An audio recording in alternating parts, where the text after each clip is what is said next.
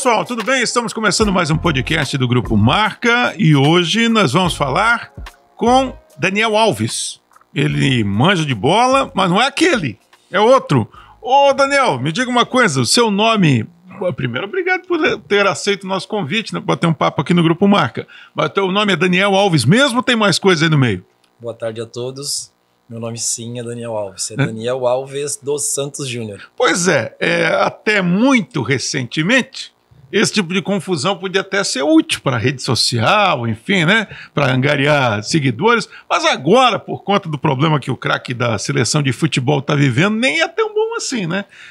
É bom deixar bem claro que o Daniel Alves aqui não é o Daniel Alves que está lá, nesse momento, suspeito de ter cometido um crime lá na Espanha.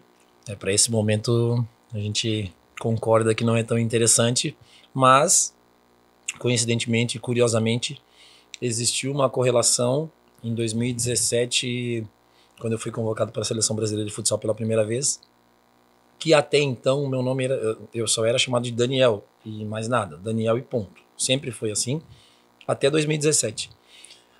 Em 2017, naquela convocação, né, naquele momento, era a estreia do Marquinhos Xavier como treinador da seleção, que está até hoje, que também é um joinvilense. E havia também o retorno do Falcão para a seleção, né? Problemas deles lá, e ele estava um tempo afastado, e ele retornou naquele momento, naquela convocação.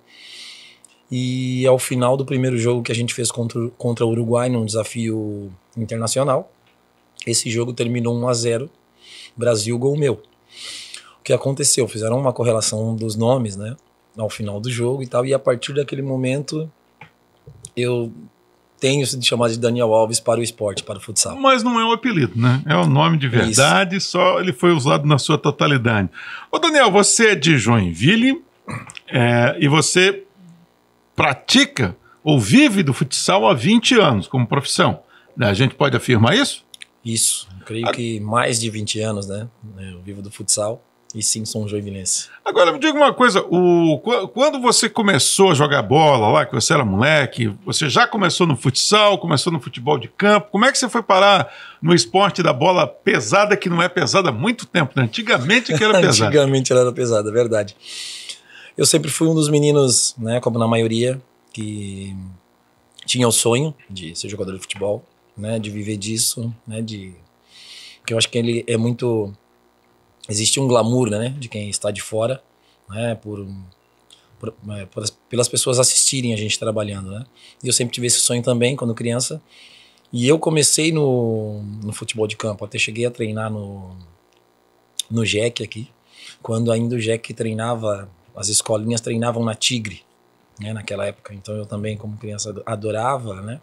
E o JEC teve seus anos, né, o futebol de campo teve seus anos gloriosos. Então, até muito recentemente disputou a Série A, né?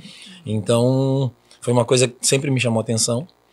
Só que em algum momento ali, a gente teve algumas dificuldades financeiras, essas questões de não conseguir pagar a escolinha e tal. E, coincidentemente, eu estudava no Colégio João Colim.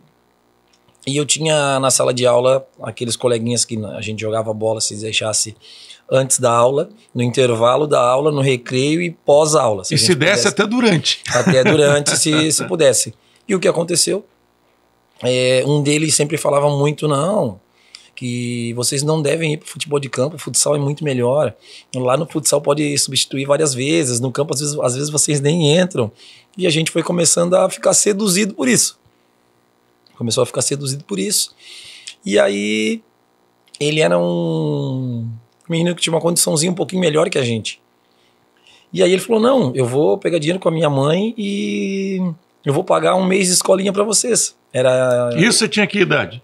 Tinha uns 13, 14 anos, eu acho. E aí, simplesmente ele conseguiu. Aí ele veio 2, 3 dias depois, vamos lá, porque tem que falar com o professor, eu vou pagar a mensalidade de vocês e vocês vão... E isso, se eu não estou enganado, era já para próximo do fim do ano, porque logo depois aí eu consegui um outro dinheirinho e paguei um outro mês, que daí já era meu aniversário em novembro. Isso ele deve ter pago ali em outubro, aí pra gente participar o mês inteiro. Aí em novembro é meu aniversário e meu avô, por parte da minha mãe, sempre dava um dinheirinho pra nós, um bombom, um dinheirinho pra nós. Eu usei esse dinheiro pra pagar mais um mês, fiquei treinando. Virou o ano, eu sumi da escolinha, porque não tinha dinheiro pra pagar. Só que aí o professor perguntou... Cadê aquele moleque que era bom queria... aí? E aí me chamou pra conversar. Aí eu expliquei a situação pra ele. E aí ele pediu pra falar com a minha mãe. E aí os dois conversaram e ele falou que eu poderia treinar ali de graça, porque ele achava que eu podia ser um atleta... Tinha potencial. Que eu tinha potencial pra ser um atleta no futuro.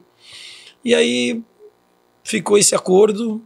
E logo depois, acho que um ano depois, aí eu já tive um convite para ir para a Fundação de Joinville. Aí joguei no escolar, 2 joguinhos por Joinville, representei a cidade. Aí já no outro ano, logo em seguida, assim, em 2002, eu acabei saindo da cidade por conta do futsal, né? Eu até saí meio fugido de Joinville. Fugido por quê? Explica essa história aí. Fugido porque, como eu ainda tinha o último ano de idade de joguinhos, e aí a gente naquela época era feliz da vida por ganhar, eu acho que era 80, 90 reais por mês, que a gente recebia naquele antigo Besc, em frente o terminal do centro, né? Aquilo para nós era uma festa. E... Só que a gente jogava e ainda ganhava uma grana. Só que aí final do ano, eu cheguei, né, perguntei se a gente não podia continuar recebendo por algumas questões e tal, e eles, não dá, só em março novamente, porque começa a treinar em fevereiro. Eu falei, não, então tudo bem, eu vou pegar um emprego temporário esse final de ano, porque eu quero ganhar dinheiro, continuar ganhando dinheirinho. E aí, nesse meio tempo, começaram os treinos novamente e tal, e eu falei, não, eu tenho que cumprir o que eu acordei com eles aqui, acho que eram 3 meses, eu acho. E aí os meninos começaram a treinar em fevereiro e eu só ia treinar em março, porque eu tinha acordado o negócio ali, que eu ia estar trabalhando. Mais louco pra voltar a jogar, é claro, né? E aí, umas amizades em comum desse treinador que me deu essa possibilidade, né? Inclusive foi aqui no Floresta, no Gigantão do Floresta, aqui pertinho. Ele tinha um amigo de muitos anos que foi seleção catarinense com ele e tal. Em Balneário Camboriú ele cuidava da fundação, da parte de esportes. E faziam muitos anos que eles não classificavam para a fase estadual dos Joguinhos Abertos. E aí eles queriam montar uma equipe forte para isso, com esse objetivo. E ele já tinha mapeado alguns atletas e eu estava no meio disso. Só que eu não imaginava isso, né? E aí, coincidentemente, ele veio para Joinville, passou uns dias e ele foi me procurar na fundação. E eu não estava. Só que aí, vira e mexe, eu vinha na escolinha aqui. E no último dia que ele estava em Joinville, eu estava chegando ali para cumprimentar os meninos, que eu treinava antes e tal, e falar com o professor. E ele estava saindo do Gigantão de Floresta. E a gente se cruzou. Só que, claro, eu não conhecia ele. Aí quando eu dei pra todo mundo e tal, daí o professor falou, cara, espera um pouquinho, Daniel, eu preciso chamar alguém ali que acabou de sair. Aí ele foi, chamou ele e falou assim, olha, esse é o menino que tu tá procurando. Esse é o menino que tu tá procurando. Aí nisso foi feito um acerto ali, ele levou mais 3, eu acho, né, junto ali. Aí ele conversou comigo e falou, olha, eu não posso... eu quero, mas eu não posso decidir nada, eu não posso simplesmente sair de casa, eu tenho que falar pra minha mãe, Ele, não, onde é que a tua mãe tá? Eu preciso falar com ela agora, porque é uma coisa urgente. Aí eu sei que isso tudo se desenrolou em 2, 3 dias, a gente já tava dentro de uma Kombi, indo pra Balneário Camboriú, e aí... Começou. Pois é, eu sei que você jogou no Paraná Clube, Jaraguá, Concórdia, até mesmo em Joinville, no exterior... Mas você tem ideia quanto tempo da sua vida você passou dentro de ônibus e avião? Já que você tem 20 anos profissionalmente mesmo, ganhando salário, quanto tempo que você joga futsal? Aproximadamente. A gente pode dizer que uns 15. Uns 15 anos. Então, 15 anos você viaja por conta do trabalho. Você fica muito tempo viajando, né? Você gosta de viajar, pelo menos? Muito tempo, muito tempo. Eu vou dizer que tem contrapontos. Eu não gosto do trajeto. É a única coisa, acho que eu não curto muito o trajeto. Só que aí vem a parte boa, é que eu encosto nos lugares e eu durmo. Ônibus, avião. E aí isso passa voando. Isso passa voando. Aí pra mim É tranquilo. Eu assim. lembro de um ex-jogador de futebol do Joinville, o Ricardo Freitas. Ele foi comentarista de televisão, amigo meu, e ele sempre falava uma coisa a respeito das viagens. Ele falava que ele adorava jogar, mas detestava viajar e tinha ódio mortal de hotel. Ele disse que ele trocava qualquer coisa para não ter que ficar em hotel, porque ele achava aquilo terrível. Aí eu lembro que depois que ele abandonou o futebol, ele tinha alguns compromissos profissionais em lugares que dava para ir e voltar no mesmo dia. Ainda que fossem horas e horas de estrada, ele preferia voltar e chegar de madrugada do que ficar no hotel. Como é que é a tua relação com o hotel? É tranquila? Muito tranquilo, É. muito tranquilo. Confesso que o hotel para mim não tem dificuldade nenhuma. Eu acho muito bom, muito tranquilo a questão do hotel, a questão às vezes de concentração. É como agora na Indonésia. Eu acho que eu nunca tinha ficado tanto em hotel como a gente fica lá. Porque lá as rodadas são 2 jogos por fim de semana. A gente joga a cada 2, 3 semanas, mas são 2 rodadas. Você vai para a cidade e joga sábado e domingo. Contra o mesmo adversário? Não. Adversários diferentes. Uhum. E aí o jogo é só no sábado, né? Um sábado, um domingo. Só que a gente já sai da nossa cidade na segunda ou na terça-feira. Chega na cidade do jogo na terça. Você fica 4, 5 dias treinando na cidade. Treinando na cidade, sai do hotel, vai pro treino, do treino vem pro hotel, faz as refeições ali. De vez em quando dá para encaixar um passeio ou outro, que é difícil, mas dá de vez em quando para encaixar. Mas é isso. E tu fica no hotel geralmente de terça a segunda, porque tu joga e só vai embora na segunda-feira. Joga no domingo, dificilmente vai embora no domingo já. Vai na segunda-feira de manhã. Quantas cidades você morou até hoje? Eita. Muitas, né? Vamos lá. Balneário Camboriú, Indaial, Jaraguá, Concórdia, Siderópolis, São Bento, Curitiba, Cascavel, Marechal Cândido Rondon. Como é que é a Yerevan, na Armênia. Foz do Iguaçu, Blumenau. Será que eu esqueci alguém? E agora Jacarta. E você... Jacarta não, desculpa, Pontianak. Pontianak fica na Indonésia. Tubarão, esqueci do Tubarão. Tubarão também? Esqueci do Tubarão do ano passado. Agora você é casado, não? Não, solteiro. Então sempre foi Solteiro. tranquilo, não teve esse problema de explicar para a mulher, vamos mudar de novo. Porque a vida de jogador de futebol, de futsal é muito isso, né? Às vezes você quer ficar no lugar, por algum motivo não acerta e acaba tendo que mudar de cidade, né? Isso acontece com bastante frequência também. Agora, você é um pivô, você já teve passagem pela seleção, né? Você já foi lembrado para a seleção, você já jogou Libertadores integrando o elenco do Jaraguá.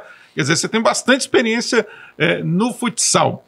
Eu lembro que uma vez eu falava com um treinador, eu não lembro se era o Paulinho Sananduva, eu perguntei a ele o seguinte: ô Paulinho, se você fosse fazer alguma alteração nas regras do futsal, qual seria que você faria? E sabe o que ele falou? Falou, cara, o que eu voltaria, ele disse que não é uma regra nova, uma regra que existia no passado, era cobrança de lateral com as mãos. Aí eu perguntei por quê, Paulinho? Ele falou, cara, porque dava para fazer cada jogada, que às vezes se você tivesse um pivô altão, então você, na cobrança de lateral com a mão, você fazia muito gol. Você não chegou a jogar futsal com lateral cobrado com as mãos, né? E você, o que você acha que seria interessante, uma alteração na regra que poderia facilitar principalmente a sua vida, que é marcador de gol, que está sempre lá na frente, né? Eu acho que uma das coisas que foi mudada, eu não lembro quanto tempo faz, mas uma das coisas que eu mais curti, assim, porque dá muito dinamismo ao futsal, é que tinha uma época que se a bola fosse para a linha de fundo, o goleiro não podia lançar ela da sua quadra a outra sem ela quicar antes do meio da quadra. Eu lembro disso. Sem ela quicar, né? E isso mudou, acho que tem uns 10 anos, sei lá.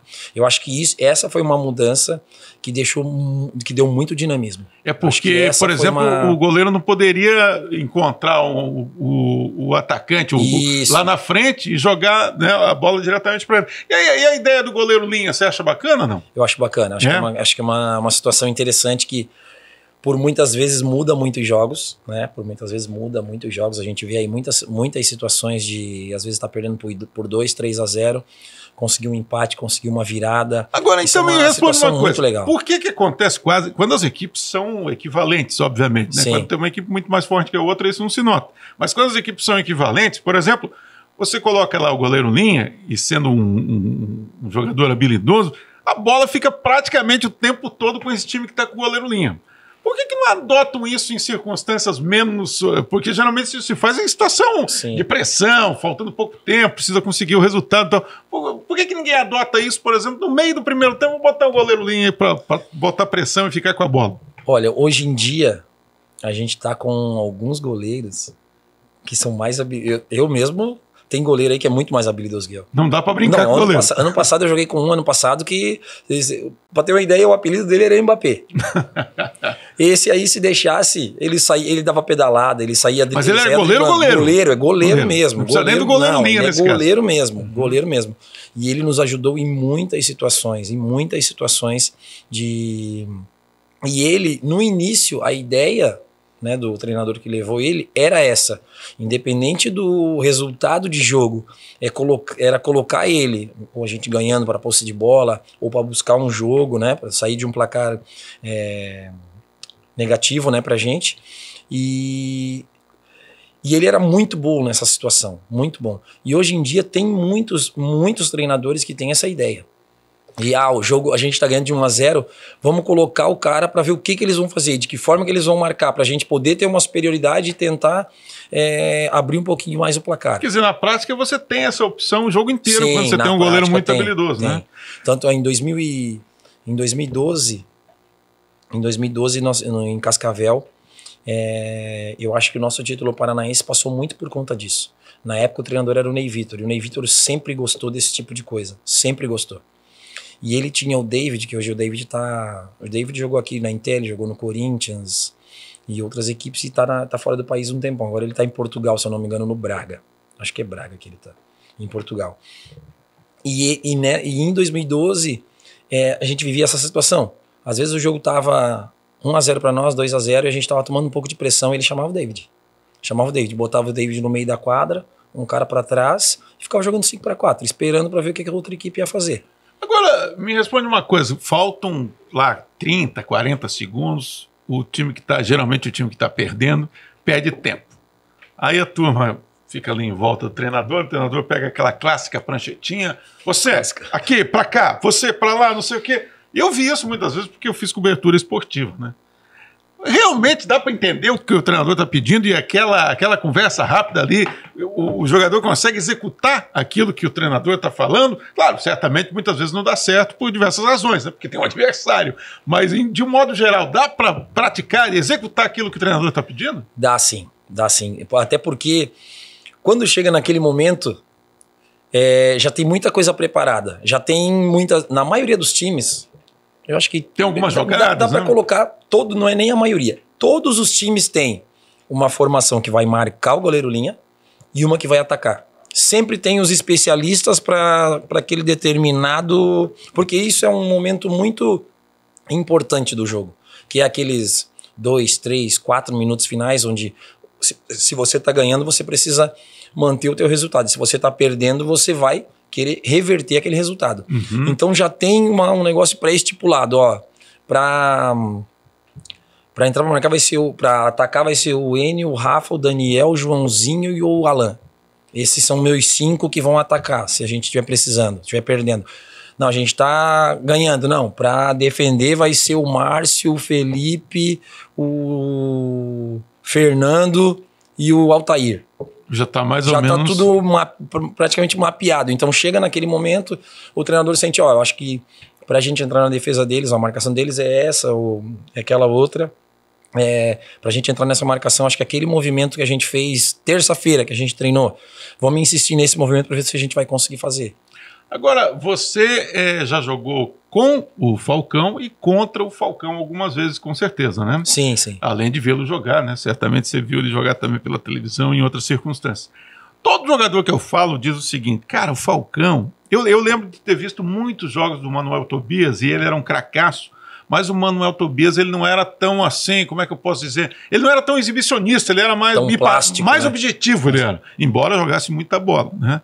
Já o Falcão chegou, ele é cheio de malabarismo e tal. Ele é esse cara realmente imprevisível, que não dá de marcar. O que você pode falar a respeito do Falcão, que eu acho que quase todo mundo concorda que é um dos melhores jogadores da história do futsal? Não, isso com toda certeza. Com toda certeza um dos nossos melhores, né? E acho que o grande diferencial dele teve uma plasticidade, né? Teve... essa coisa do exibicionismo, teve algumas situações assim, mas eu acho que o grande diferencial dele era a objetividade. Ele era um cara que a gente coloca num jogo assim, ele finalizava, vamos colocar, se ele finalizasse 10 bolas, dificilmente 8, 9 não acertariam o gol. Uhum. Então o nível de precisão dele, eficiência dele era muito grande. É mesmo. E isso dificulta para o adversário. Quanto mais eficiente você é, mais você pode dar 50 chutes no jogo. Eu posso dar 50 chutes, mas se eu der 50 e acertar só 3 no gol, né? Dá menos trabalho para o goleiro e para a defesa. Menos trabalho para a defesa e para o goleiro. Agora, se tu é um cara que por jogo tu finaliza 20 bolas e 18 vai no gol, é muito diferente, né? É muito diferente. E aí aquela coisa de... que aí em alguns momentos ainda saíam algumas coisas que poucos conseguiram fazer, né? E são coisas eficientes, né? É verdade que ele gostava de desestabilizar o adversário, falando besteira. Sim. Mas isso faz parte do jogo? Faz parte do jogo, faz parte do jogo. A gente comenta muito que existem alguns atletas que já têm isso, né? Durante o jogo, porque geralmente esses caras são muito bons emocionalmente, geralmente. Então o que acontece? Ele consegue desestabilizar quem não é tão bom. Uhum. É igual você vê situações. Agora teve a briga aí no campo. Internacional e Caxias? Teve a briga aí no campo. Questão emocional. O cara, se a gente fala assim, o cara precisava provocar, ele não precisava. Mas para ele, aquele momento ali tá sendo a Copa do Mundo dele, o gauchão. Né? Ele tá tirando um grande da final e tá indo pra final com outro grande. Então aquele é o momento dele, ele quis aproveitar o momento dele, Beira-Rio cheio, fez o sinal dele ali, beleza, os outros não gostaram. Só que aquela situação assim, tem muita gente que também provoca, então é preciso aguentar também depois, né? Essa é a situação. Vem cá, até muito recentemente, o Brasil, ele era no futsal o país do futsal, né? Aí a Espanha começou a importar muito jogador brasileiro, até com esses jogadores brasileiros integrando a seleção da Espanha, acabaram se naturalizando. A Espanha chegou a ganhar, chegou a ser até em alguns momentos mais fortes que o Brasil, mas aqui na América do Sul a gente nunca teve problema, era sempre ganhava tudo praticamente, né? De uma hora para outra, a Argentina apareceu do nada e sem importar jogador brasileiro, né? Eles formaram lá. O que houve com a Argentina? A Argentina evoluiu no futsal ou o Brasil deu uma queda de produção e permitiu que a Argentina se aproximasse? Qual que é a leitura que você faz dessa Argentina mais forte que a gente está vendo ultimamente? O Paraguai também teve alguns momentos, mas ficou para trás, né? Agora realmente a Argentina que está... A Argentina teve um crescimento muito grande. A Argentina teve um crescimento. Vários atletas... Eu não sei te precisar, tá? Mas... foi o último Mundial que a Argentina ganhou? Eu também não estou muito lembrado, não, agora foi Portugal. Sim. O anterior. Isso. Portugal ganhou agora e a Argentina tinha ganho o anterior. E ganhou também a Copa América. E ganhou a Copa América aqui, lá em Carlos Barbosa. Uhum. A Argentina, não sei te precisar, tá? Mas a Argentina, de todos os que estavam, né, na Copa América ou no Mundial que eles venceram, eu acho que até foi eles que eliminaram o Brasil agora no Mundial. Sim, foi isso mesmo. Foi isso mesmo. Nenhum deles não, mas se joga na Argentina deve ser 2, 3. Uhum. Os outros é Itália, Espanha e tantos outros locais fortes do futsal. Quer dizer, eles acabaram... Geralmente o argentino vai para a Europa para fortalecer, mas eu tenho a impressão então que dessa vez eles aprenderam muito, sim, especialmente tática, certamente na Europa. Né? Muito. A gente ainda continua com uma seleção de muita qualidade, só que os nossos adversários não foi só os argentinos, né? Teve um crescimento muito grande de muitos outros. Se a gente for fazer uma pesquisa rápida, tem vamos colocar aí, Azerbaijão deve ter 4, 5 brasileiros naturalizados, Cazaquistão também, a Itália eu não sei como é que tá, mas também deve ter. A Itália teve um Mundial, se não me engano, em 2008, a Itália tinha 12 brasileiros, se Já não me engano. pensou? Acho que era isso. Então, tipo, a gente vai... os brasileiros vão também, porque queira ou não queira, né? Para eles... Você vai pro exterior e acaba ensinando um pouquinho Para também, eles, né? para eles, eu acho que eles ainda têm a gente como os melhores, né? Então a gente acaba aprendendo e ensinando, né? A gente acaba tendo essa troca. Existe uma troca cultural, até esportiva, certamente, Sim. né? A gente não deve subestimar ninguém. E né? aí, se a gente for ver o próprio Portugal, né? Que foi o campeão agora do último Mundial, tem o Ricardinho já há muitos anos, né? Naturalizado português. Tem muito brasileiro andando por aí. Acho que agora, até se não me engano, na seleção da Geórgia, que eu acho que tem uns 3 ou 4 também. Quer dizer, no mínimo, Azerbaijão, Geórgia vão jogar de igual, pode até perder para o Brasil, mas vão jogar de igual para igual. Sempre vai ser. Ó, no Japão tem o. Acho que é Japão. No Japão tem o Arthur, que é filho do PC, que foi treinador da seleção brasileira de futsal, já foi campeão mundial, agora é treinador auxiliar do Alex no Avaí, no campo. Então, tipo, tem muita gente espalhada por aí. Às vezes, na Armênia, que eu joguei, ali fui para jogar Champions em 2019, tem o Luan, o Vitinho, o João Guilherme... tem mais um outro menino que eu não lembro não. No mínimo 4 também. No mínimo 4. E como é que foi essa tua experiência no exterior, a primeira, né? Em 2019 foi a primeira vez que você foi jogar fora? Quando você foi chamado para jogar na Armênia? Isso. Como é que foi? Como é que é o impacto para o cara que vai jogar futebol num país como a Armênia, que tem um idioma completamente diferente, a cultura completamente diferente, né? Eu não sei se tinha brasileiros na equipe que você foi, mas se tiver, facilita. Como é que foi a situação da sua chegada na Armênia? Na Armênia foi super interessante, assim, também legal. E já foi mais fácil um pouco, porque era por um período curto, né? Porque era para representar o time lá da Armênia na Champions League do futsal, né? Então, era um período curto. Só que aí eu cheguei lá, já tinham 7 ou 8 brasileiros. Daí foi bem fácil a adaptação. Então, aí foi muito tranquilo. Foi muito tranquilo, porque já tinha gente lá, eles já estavam acho que 2 ou 3 meses lá, então foi bem tranquilo assim, e legal, né, pela experiência. Conseguimos fazer alguns passeios, né, na cidade. A gente acabou indo para jogar, a nossa fase foi na Croácia, a nossa fase da Champions. Foi muito legal, um lugar muito bonito, né, onde a gente também conseguiu fazer uns passeios lá. Um lugar muito bonito, muito legal. Então, tipo, nessa primeira ali foi super tranquilo por essa questão de já terem vários brasileiros, já estavam lá 2, 3 meses, então foi muito bom. E agora, a Indonésia, que é onde você está agora, né? A Indonésia é um arquipélago, né? Cheio de ilhas e tal. Como é que tem sido essa experiência de jogar na Indonésia? Olha, lá eu brinco muito que em alguns momentos eu tô vivendo literalmente um filme indiano sem legenda, né? Qual que é a religião predominante lá na Indonésia? Eles são muçulmanos. Muçulmanos. Então isso já deve afetar um pouquinho o dia a dia. Já tem uma diferença grande assim de cultura, né? Choques de cultura. Só que o que é muito legal da parte deles, eles são super preocupados com a gente. Se a gente tá bem, se a gente tá feliz, se a gente tá precisando de alguma coisa, se os nossos familiares no Brasil estão bem. Tanto que eles falando pra gente que eles não conseguiriam viver igual a gente.